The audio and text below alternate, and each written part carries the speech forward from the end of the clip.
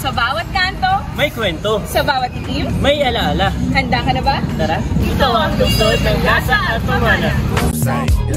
Kung naghahanap ka ng lugar na hindi lang maganda, ngunit pasok sa panlasa at may kasaysayan pa, sa Barangay Tanyong ka na. Mula sa mga makulay na kalsada hanggang sa mga programang pangkalusugan, lahat ng ito ay para sa mas maginhawang pamumuhay ng bawat residente.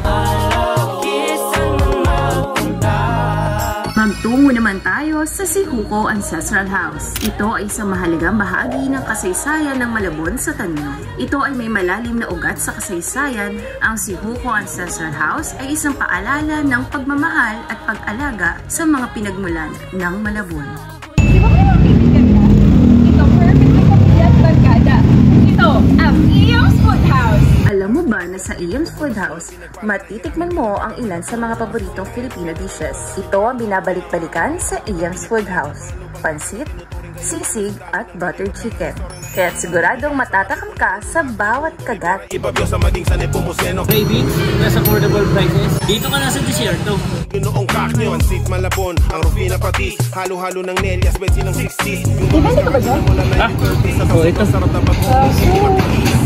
Ano mararating nito? Wala. Tara, sumama ka sa akin.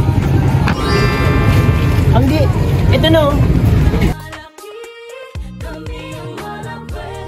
Ang Malabon, lalo na sa Barangay Tanyong, ay nasa tabi ng Manila Bay at Tulyahan River. Dahil dito, pangingisda ang pangunahing kabuhayan ng marami sa mga residente. Ang karamihan sa mga tao dito ay umaasa sa mga yamang dagat para sa kanilang pang-araw-araw na pamumuhay.